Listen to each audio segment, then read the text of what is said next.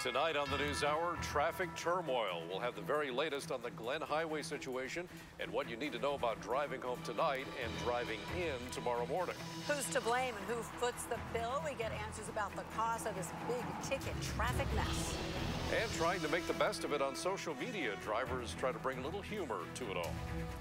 Plus, March Madness stuck in traffic. How this bridge debacle is also affecting local basketball fans. The NewsHour starts now. You're watching KTUU Channel 2 Anchorage, Alaska's news source. And now, the Channel 2 NewsHour from the state's #1 news team.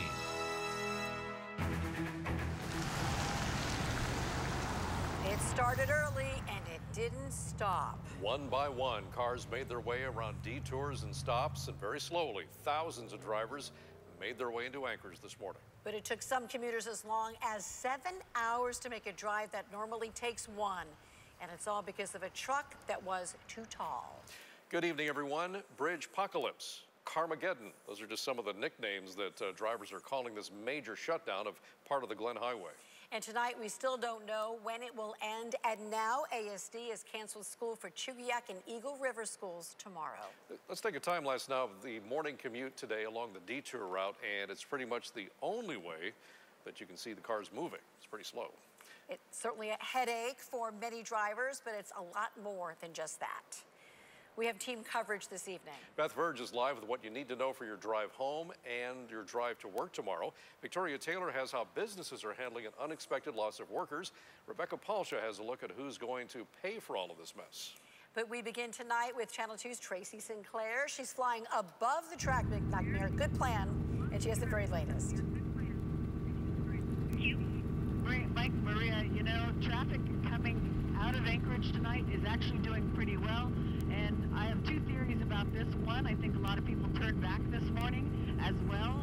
Some people have probably just got to work a couple hours ago and decided they needed to stay a little bit longer. So for tonight, though, what we're focused on is the new construction that we're already seeing. They are building a temporary ramp to help traffic for tomorrow morning. And we can already see the trucks out here trying to get that going for tomorrow morning's commute. Hopefully it'll be a little easier than this morning, which did, as you said, take some people very long to get into town.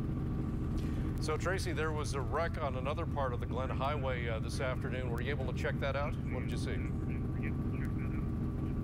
It was already cleared by the time we got up here, but it was down at the North Eagle River exit, and according to Anchorage police, it was basically a car going too fast, ran into another car.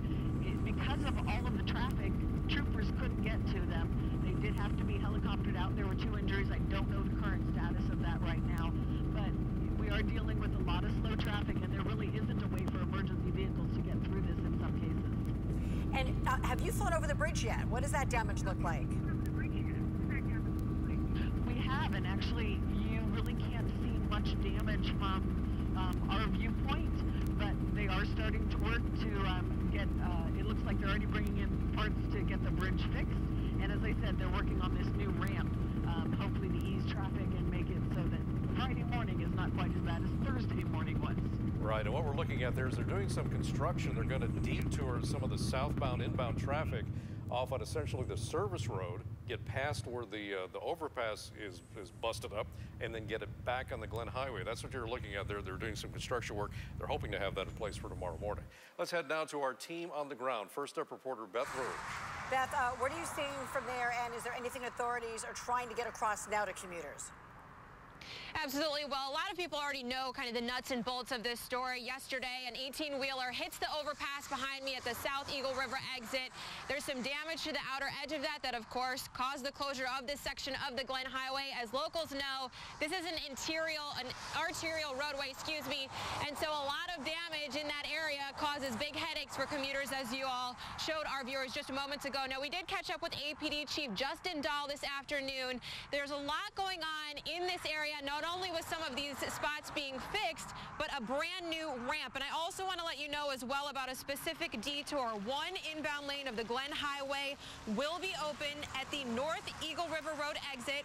Traffic will be diverted to the South Eagle River Road exit travel over Artillery Road onto Eagle View Drive, and then be diverted back onto the Glen Highway via a new access point. So essentially, DOT is working right now on a new ramp so that you can both get on and off at the Eagle River exit. Here's what APD Chief Dahl had to say today about his force's role in working on these detours.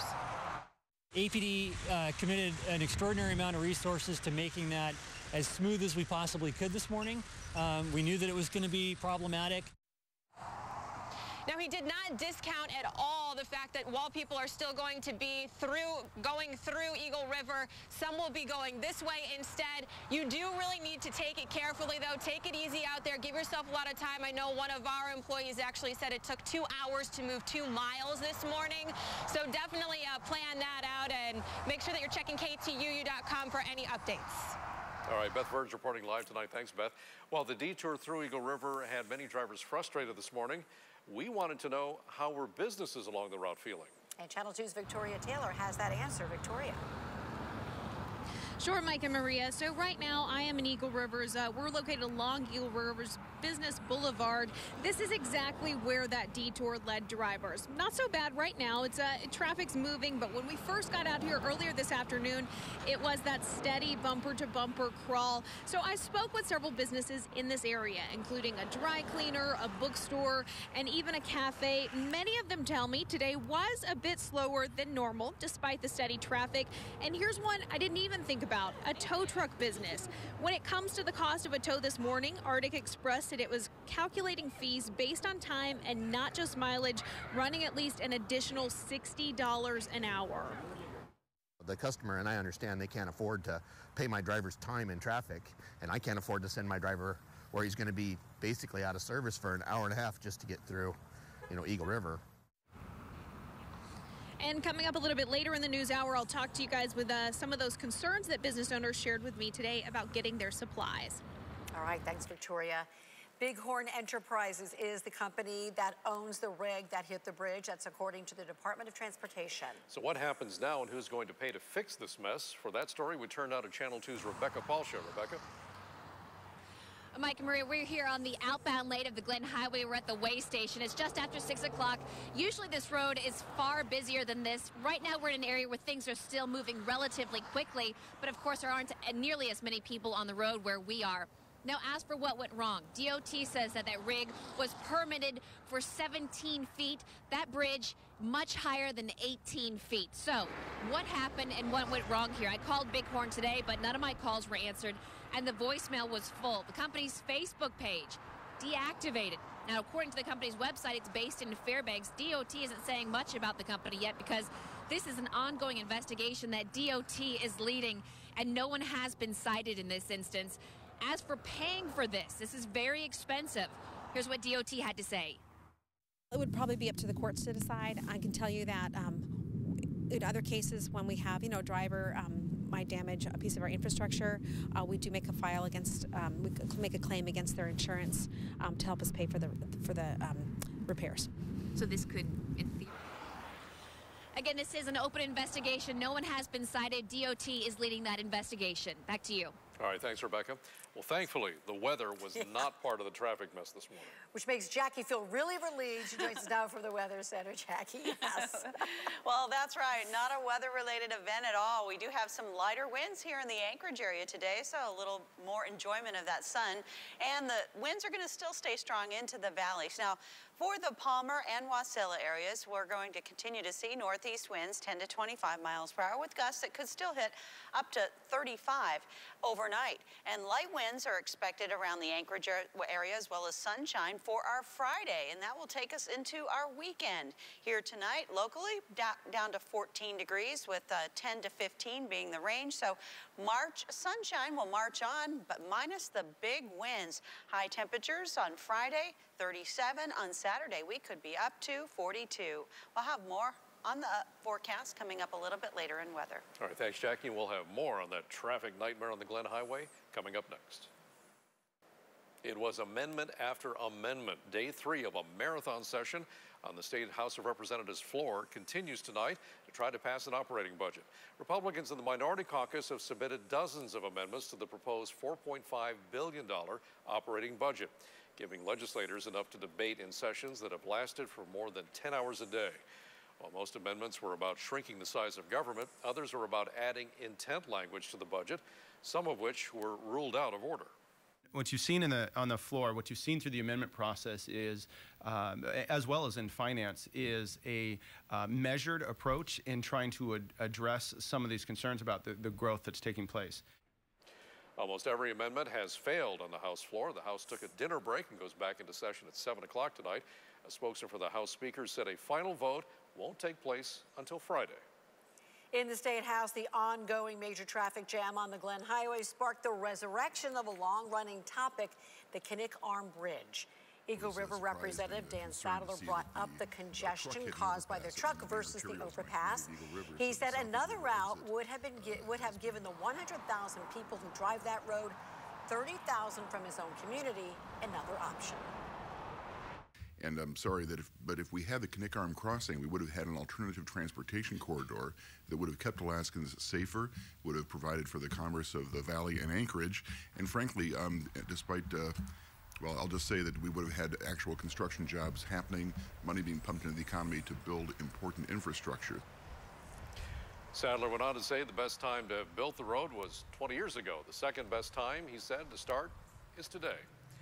Well, the damaged bridge on the Glen Highway and traffic problems that followed are certainly stressful. But a lot of folks had a lighthearted attitude toward those delays. All right, on the Glen Highway, we checked out some of the social media buzz about this. On the Glen Highway Traffic Report Facebook page, Mary Alice started a diary of sorts.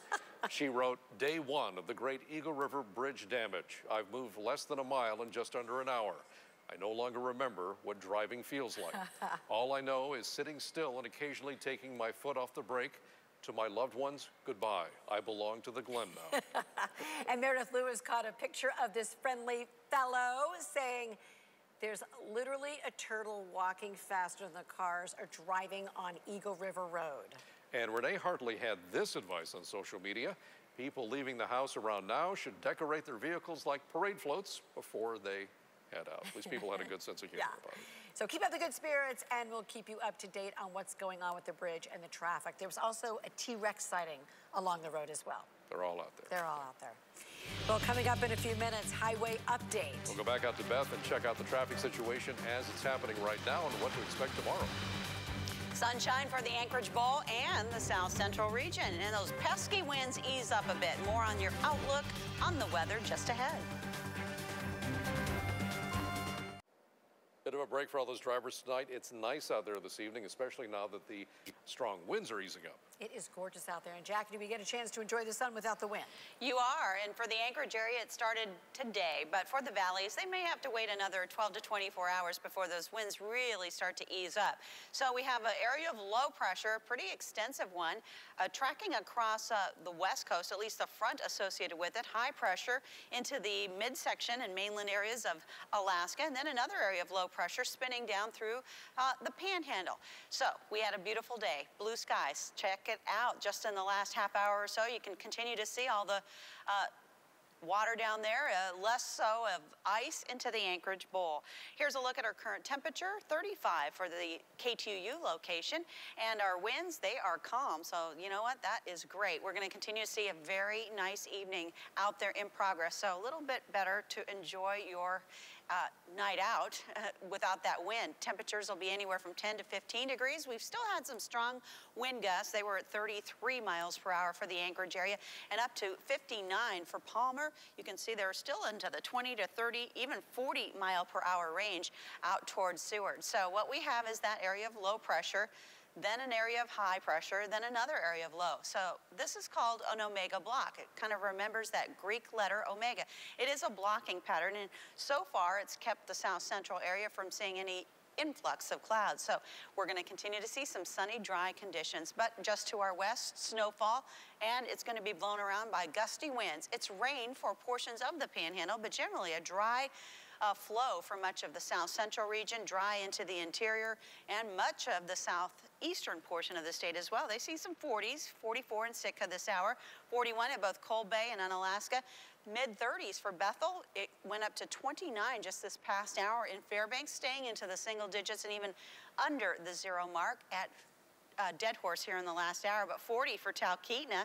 Those temperatures warm up when that sunshine comes out. That is definitely the case for spring. We're going to see a high pressure move just a little bit farther to the east, and that will leave us with some sunshine for another day or so, maybe a few transiting clouds.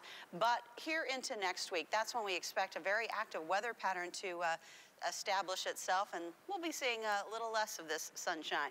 Here's what we have for your South Central forecast. March sunshine, northeast winds still strong around the Copper River Delta into Valdez, but no warning, and north winds to 15 for Talkeetna. Still gusty winds for the valley areas out of the north, anywhere from 10 to 25 miles per hour up to 35, with light winds expected for your Friday. A little bit cool too. Temperatures will be into the 30s. Our 7-day outlook for the Anchorage area, we have Friday sunshine. The sunshine expected to take us into the weekend. We'll have a few more clouds as we move out of the weekend, and somewhat warmer temperatures and a chance for some precipitation moving in next week. So light winds by tomorrow. Our March sunshine takes us into the weekend and an active pattern for next week. Back to you. All right, thanks, Jackie. As we've been talking about this evening, we're following the Glen Highway closure from the ground up today. Let's head over to Channel 2's Beth Berger as the very latest. Beth. Most people know the basics of this already, that 18-wheeler crashing into this overpass behind me at the South Eagle River exit.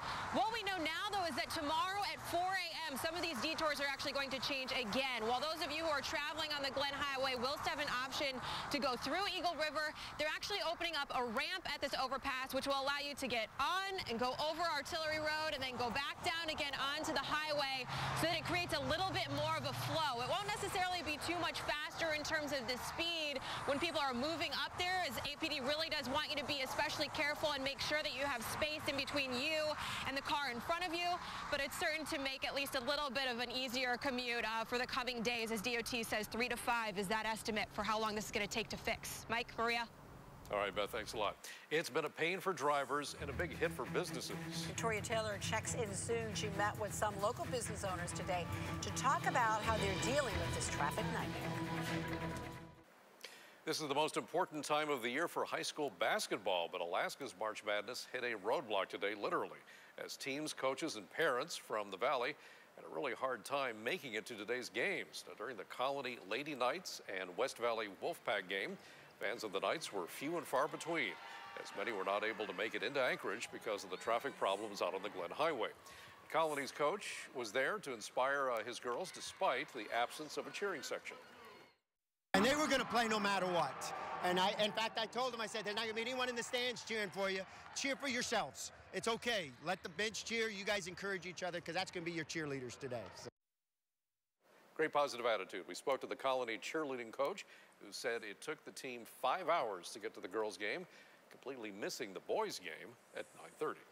As we continue our team coverage of the impact felt by the temporary Glen Highway closure, Channel 2's Victoria Taylor is live now with details on how some businesses were coping with the touch and go from commuters.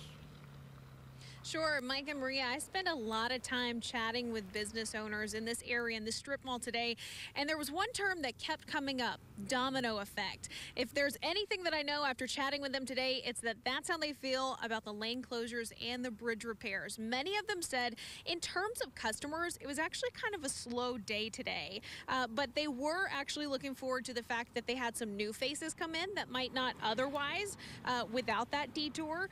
They did say that maybe the reason it was so slow is because people simply didn't want to get out of their cars after already having spent so many hours in them by getting to this point. At least one business did mention concerns about when a delivery truck should be expected. Employees inside the Shell gas station say they were planning a supply run to Costco today and decided it just wasn't worth it with that traffic.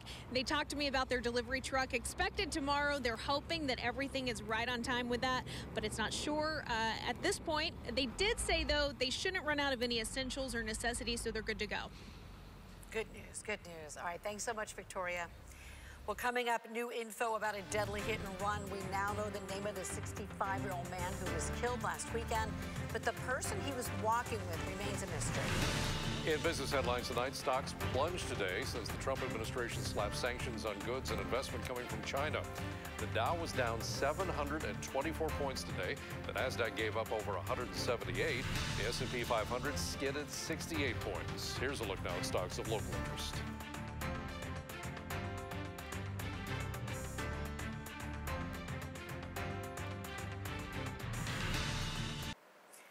man killed in what police say was a hit and run has been identified. 65-year-old Alfred Comock was hit by a car on Sunday at the intersection of Commercial Drive and Mountain View Drive. Police say he was with another man at the time of the crash. The second person wasn't hurt and walked away. Police are looking for that witness and the driver who hit Comock. They released these pictures, which show what witnesses described as a Chrysler Town and Country. And hopefully that's coming up, but police haven't confirmed those details just yet. Well, thousands of ballots have been sent out and also sent back as undeliverable to the city's downtown election center. As Channel 2's Jack Carney tells us, ironing out the wrinkles has become part of the city's new vote by mail process. Jack. Mike and Maria, around 20,000 or 1/10 of all the ballots mailed out have actually been returned. But using their new technology, the city says that it won't be susceptible to voter fraud. You're looking at hundreds of ballots being sorted. A small fraction of the nearly 14,000 collected but not counted so far. It's similar to other mail sorting machines in that it can detect things that are too thick or too thin. If we're notified by the voter that their mail was stolen and they don't have a ballot, we go into the system and void that ballot ID. If the voter never contacts the office, the next level of protection is the signature. We're going to be matching that signature to what's in the official state voter registration database. Our area receives all of the ballots that need special attention. Nina Mangini is head of the voter review and resolution team. I think the most common things we're finding are signature issues. Maybe the voter forgot to sign the envelope, or the signature doesn't match what we have on file, or we don't have a signature on file. We will be sending letters to all of those voters, and we call those opportunity to cure letters. And when it comes back to us, if we can verify the voter and everything is correct on there, we will rerun those ballots through the machine, and those ballots will count. The city is asking that all residents check and update their voter status with the state using various websites, or to call the number for the city right at the bottom of the screen there. They're sending these ballots so they can send these ballots to the right boxes. Mike and Maria? All right, thanks, Jack. Up next, the Glen Highway going nowhere this morning. We'll check in with our news crews in the field, what's happening now and what to expect tomorrow morning. The view from above, a status check from the air on the Glen Highway situation tonight. What about tomorrow? We'll have the latest update from police on detours you'll be facing tomorrow morning. And who's going to pay? What we know about the repair costs for the overpass, and who will get stuck with the bill. You're watching Alaska's #1 news team with Mike Ross, Rebecca Falsha, and Jackie Purcell with the weather. The Channel 2 News Hour continues.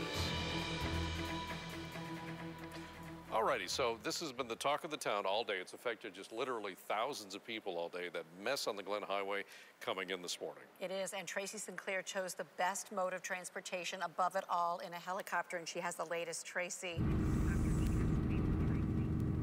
Good evening, Mike and Maria. Yeah, it is I have to say it's a beautiful evening, beautiful night for a flight. Good news for those driving. We're really looking at pretty light traffic. I would say even lighter than normal, probably because a lot of people either chose not to drive in after they saw the traffic, or they just didn't make it. There were several people that just turned around because of the heavy traffic this morning.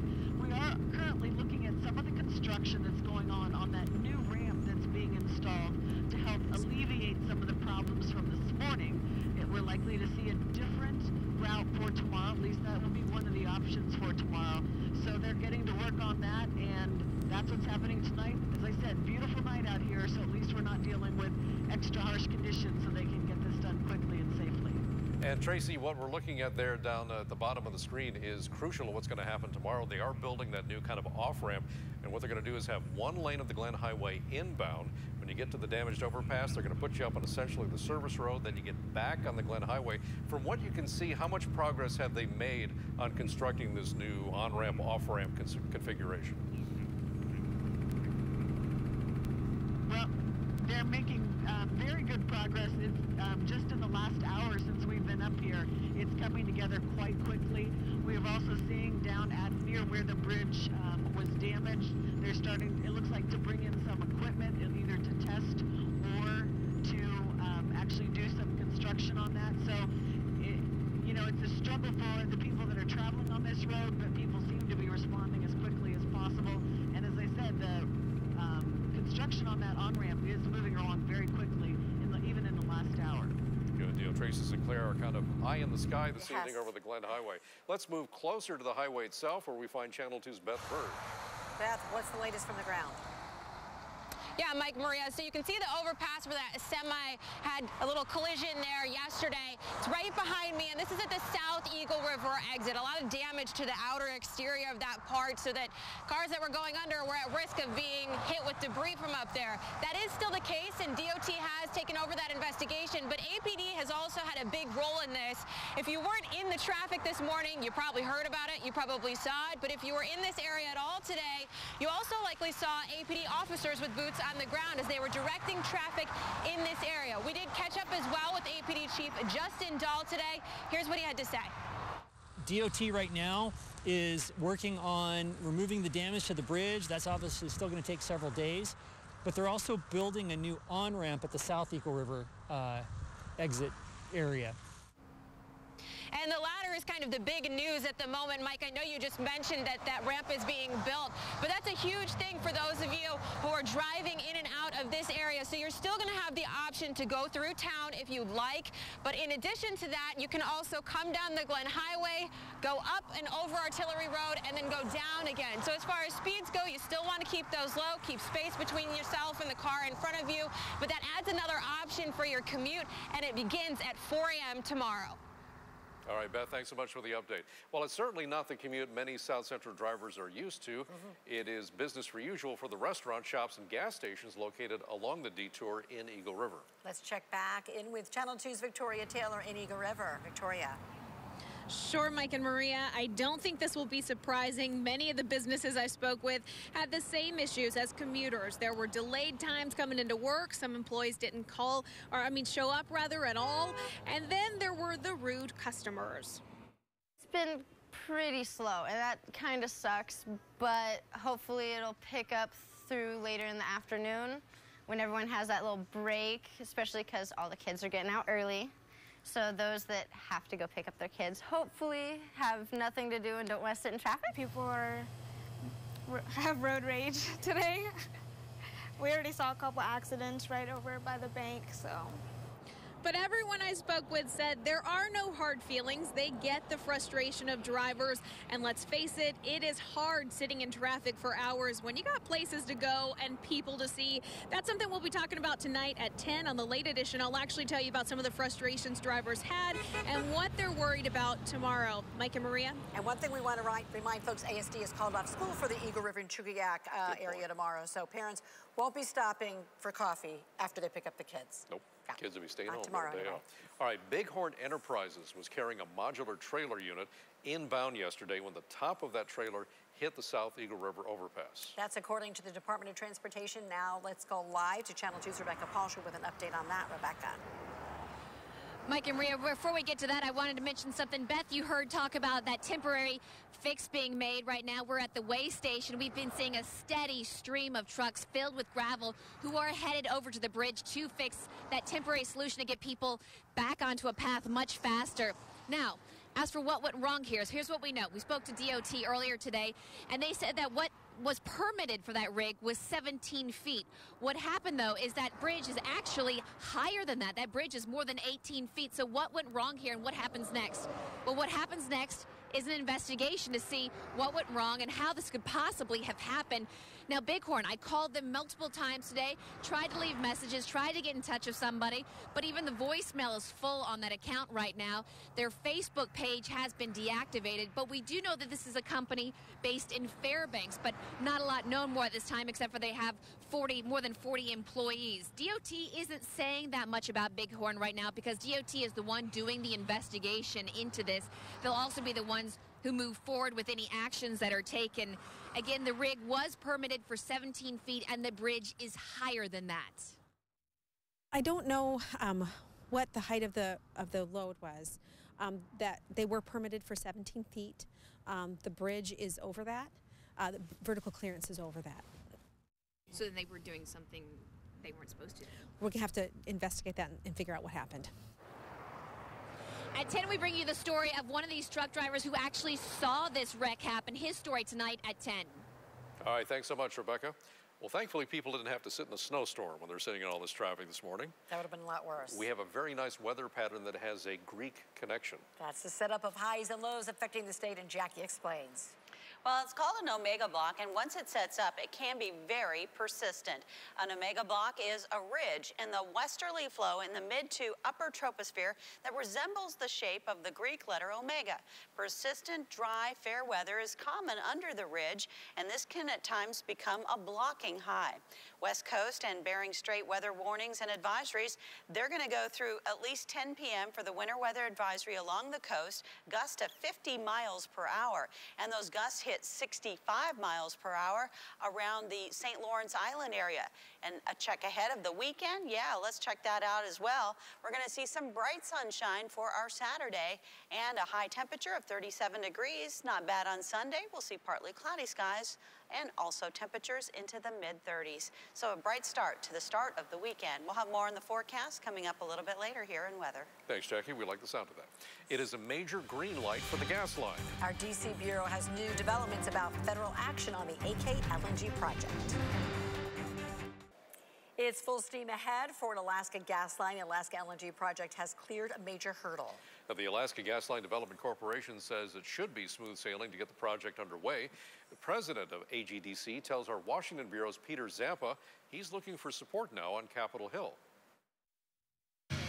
An Alaska pipe dream on a path to reality. The Federal Energy Regulatory Commission, FERC, laying down a timeline to get the Alaska Liquefied Natural Gas project started. Keith Meyer, president of Alaska Gas Line Development Corporation, says he's in Washington meeting with congressional staff looking for support for the $43 billion project, which he says will create thousands of jobs in the state. All around for Alaska, this is a very transformational project. It's a very large job creator. It's a very large economic engine. The LNG project would span more than 800 miles from Prudhoe Bay in the north to Nikiski, producing 3.5 billion cubic feet of gas every day, much of it for exporting to China. He says his company should have an environmental impact statement from FERC by the end of 2019, clearing the way for construction for service in 2024 or 25. The gas supply in the North Slope is one of the world's largest concentrations of stranded natural gas, so this has potential for over 100 years. As with many pipeline projects, there is pushback from environmental groups. The Center for Biological Diversity is promising legal action. This proposal is so bad, we certainly will sue against it, and the federal courts will decide whether it passes muster or not. Bill Snape says the project will be disastrous for Alaska's environment, something he says his organization will vocalize to FERC at every opportunity. He says instead of building this pipeline, Alaska can create jobs in the renewable energy sector. Developing this type of fossil fuel infrastructure takes us in the opposite direction where we need to go. We reached out to FERC about the ongoing process. They were not available for comment. In Washington, Peter Zampa, Channel 2 News. Storm alert in California. Jackie's up next with a major threat to communities that has thousands of people evacuated.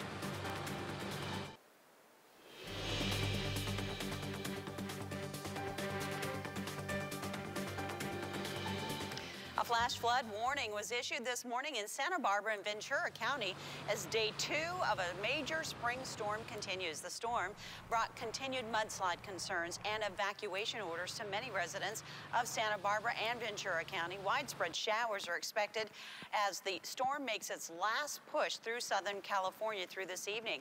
Montecito residents are included in the 30,000 people under mandatory evacuation orders in Santa Barbara. Now, the concern is mudslides, the burn area of the Thomas Fire, which burns significantly through that area and Ventura County, has left some of those hillsides without any protection. 21 people died after the flash floods in Montecito back in January. Here in the state of Alaska, we're dealing with, at least here in the south central area, very clear, dry conditions. As high pressure remains the main player as far as our weather. Check out the sun setting behind Augustine Volcano, a beautiful one, and this view from Nonwallet, just across the bay from Homer. Want to thank Killan Tanapi for sending that in. So here's a look at our extremes for the state today. So at Point Thompson, 22 degrees below zero. At Ketchikan, they were into the low 50s today. So daytime highs made it to the high 20s, and Fairbanks stayed into the single digits for the Arctic slope, but the 20s and 30s showing up again across West Coast locations. Now, they had some temperatures come up, but why did they come up? Well, a storm front surging out of the south brought those warmer temperatures, but also some gusty winds and blowing precipitation. 40s from Kodiak extending west and south toward Unalaska, and it's been a nice day for the most part, with the winds starting to taper off a bit. Talkeetna hitting 40 for their daytime high, up to 37 for you in Homer. We have 35 for Iliamna, but the 40s again showing up from Kodiak to Cordova and even into the Yakutat area. Well, here's the storm front, and the storm center is still well off just over the area of Russia and Anadir, but you can see this front that is associated with it, and it spreads all across those west coasts. Very strong winds associated with that. And then we have that high pressure, and in the southeast panhandle, another area of low pressure spinning. So we're going to be on the nice side of weather for the next day, maybe even the next 2 days into our Friday, certainly. But you can see a few transiting clouds on Saturday, but they should just move on through. South Central's, or I'm sorry, Northern Alaska's forecast calling for snow and blowing snow up to 21 for Bettles, but it's going to be continued winds along not only the northern coast for Utqiagvik, gusts up to 45 miles per hour, but also for Point Hope with winds out of the southeast, and even Kotzebue, east winds 10 to 20 miles per hour. Those winter weather advisories extend from Utqiagvik east over toward Prudhoe Bay. Big swings still continuing in the night, and daytime temperatures into the interior could go down to 11 below around Fort Yukon, but up to 20 degrees for the daytime high. The sunshine is still in there, but maybe a few more clouds for Denali Park, but they'll be up to 30 into tomorrow. Blizzard conditions continuing for the Gamble-Savunga area, St. Lawrence Island, and even up and toward the Nome area, with gusts expected to continue to 40 miles per hour tonight out of the southeast. Very windy over the Aleutians there. That is the storm track. So that's the storm highway. It passes through them, and it's just kind of being deflected now by that high pressure still affecting our part of the state. But a spring mix in southeast Alaska of clouds, sun, and showers with highs also into the low 40s. South Central, it's March sunshine and less wind for most locations. It's still going to be windy through the Copper River Delta, 40 to 55 mile per hour winds tonight, and even around Cordova, 20 to 35. No warnings for Valdez tonight or for the valleys. They'll still see some gusts up to 35 miles per hour. And as far as the Anchorage area, we are going for a 7-day forecast that includes some sunshine. Temperatures that will be into the 30s here over the next several days, warmer as we head into next week. Could see some 40s popping up pretty regularly. Yeah, we'll take them. Thanks, Okay. Jackie. The stock market dropped like a rock today. We'll have a look at what happened that sparked a major sell-off on Wall Street. And the end is near for Toys R Us, how you can get some great deals before they close their doors for good. Growing concerns about a possible global trade war ignited a sell-off today on Wall Street. Stocks were down over 720 points in heavy trading. It's the steepest drop for U.S. stocks in 6 weeks. The sell-off followed news of President Trump's plan to impose tariffs on Chinese imports. CNBC's Bill Griffith has the latest. A tariff tantrum on Wall Street today after the president announced those $60 billion in tariffs against China in retaliation for what he said has been an unfair trade relationship with that country for many years. The Dow had its worst day in almost 2 months today, declining almost 3%, more than 700 points. Companies hardest hit included those that have the biggest exposure to China, including Caterpillar, which assembles its earth movers in China. It costs more now to bring them back to the United States. And companies like Boeing, which sells a lot of jets in China. If there had been a retaliation from China, they could impose tariffs on Boeing, which could mean fewer orders for that company. Technology companies also suffered today on Wall Street. So not a welcome response from Wall Street today to the talk of tariffs and a possible trade war with China. From CNBC headquarters, I'm Bill Griffith. Back to you. Liquidation sales kicked off today at Toys R Us. Just last week, the giant toy retailer announced it would close all of its remaining 735 stores nationwide. Shoppers looking to cash in should act fast because inventory is expected to move out quickly. Prices are likely to be slashed about 30% in the beginning, with deeper discounts in the coming weeks. All purchases are final sales. Toys R Us gift cards and Endless Earnings e-gift cards will be honored until April 20th. But they will no longer accept coupons. The liquidation sales are expected to be completed by the end of June. Orbitz, the travel booking website, has discovered a possible data breach. Orbitz says one of its older websites may have been hacked, potentially exposing the personal information of consumers who made purchases online between January 1st of 2016 and December 22nd, 2017. The breach was discovered on March 1st. Orbitz is notifying customers who may have been affected and offering free credit monitoring for a year. It has been a day that a lot of drivers out on the Glen Highway would like to forget.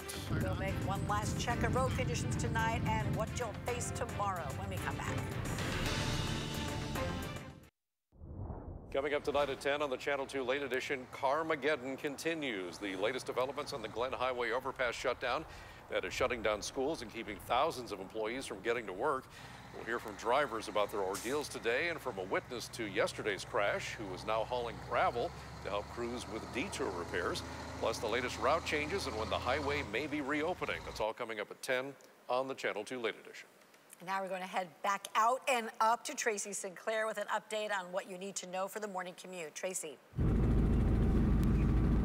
Well, Mike and Maria, traffic tonight turned out to be pretty easy. That's good news. Tomorrow morning, it's going to be another tough day, but hopefully a little bit lighter as they are continuing to build this ramp that will add a second route. Some passage still through Eagle River tomorrow morning, as well as this second ramp, which will take you over Artillery Road and back onto the Glen Highway quickly. They're making good progress in just the last couple of hours, so we hope everybody takes it slow. Give yourself a little extra time tomorrow, and thanks everybody for their patience as they get through this. All right, Tracy, thanks so much for giving us that bird's eye view. And let's take a graphic look at what Tracy was talking about. They're working on a new alternative detour. Okay, see if you can follow along. See that blue line there? That traces the inbound Glen Highway. And if you look down at kind of the bottom of that route, you're going to see where they're going to take you. They're going to have one lane of the inbound Glen open to that point. Then you'll go off the highway over the South Eagle River overpass, which is the one that was damaged. Follow that blue line down, and right where the pointer is right there, they're building a new on-ramp back onto the highway. So starting tomorrow morning at 4 a.m., if you want to try it, they're going to have one lane open through there.